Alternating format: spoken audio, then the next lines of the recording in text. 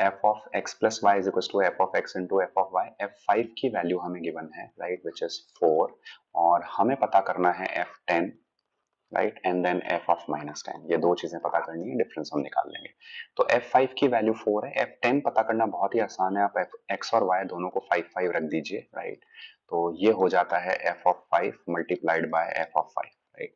और F of 5 की value already आपके पास में 4 है, तो 4 का स्क्वायर ये हो जाएगा आपका 16। आई होप ये समझ में आया, राइट। अब f ऑफ -10 निकालने के लिए क्या करना पड़ेगा आपको, तो दोनों को -5 लेना पड़ेगा, यानी दिस इज -5 -5। तो यहां से अगर देखेंगे तो ये बनता है f of -5 multiplied by f of -5, यानी हमें -5 की वैल्यू कैलकुलेट करनी पड़ेगी, राइट, f ऑफ -5। तो उसके लिए हम थोड़ा सा और सोचेंगे कैसे कर सकते हैं। तो अगर हम लेट्स से सबसे पहले x और y दोनों को 0 0 रखते हैं, राइट, तो ये बनता है f ऑफ 0, और RHS में हो जाता है f of 0 into F of 0, right. तो यहां से अगर हम सॉल्व करते हैं तो हम कह सकते हैं कि f ऑफ 0 की जो वैल्यू आ रही है वो है 1। ओके, नाउ अगर किसी एक को x या y में से किसी एक को -5 लेते हैं और किसी एक को 0 ले लेते हैं, तो ये बनता है f of -5, right, into F of 0। Okay, तो ओके, सो यहां से क्या हम लेट्स से कि जो हमारी वैल्यू है, रिक्वायर्ड वैल्यू है f ऑफ -5 की, वो कैलकुलेट कर पा रहे हैं।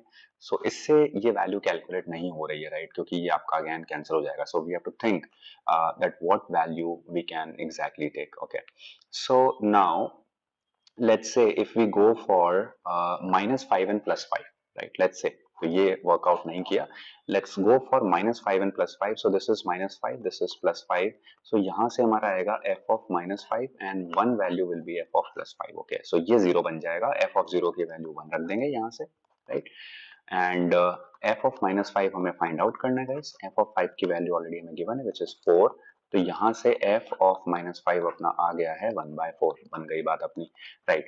अब f of -5 आ गया, इसको इसमें पुट कर देते हैं और यहाँ से f of -10 भी कैलकुलेट कर लेते हैं। तो f of -10 की वैल्यू आ जाती है f of -5 का square, which is 1/16, right.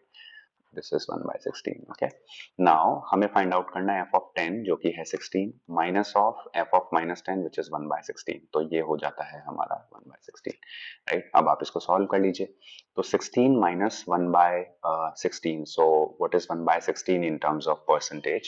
So 1/16 is nothing but 6.25%। ये 6.25% में होता है, यानी 0.0625 होगा। और अगर 1 में से इसको माइनस कर देते हैं तो ये बनता है 10 - 5 is 5, 9 - 2 is 7, 9 - 6 is 3, which makes D option absolutely correct।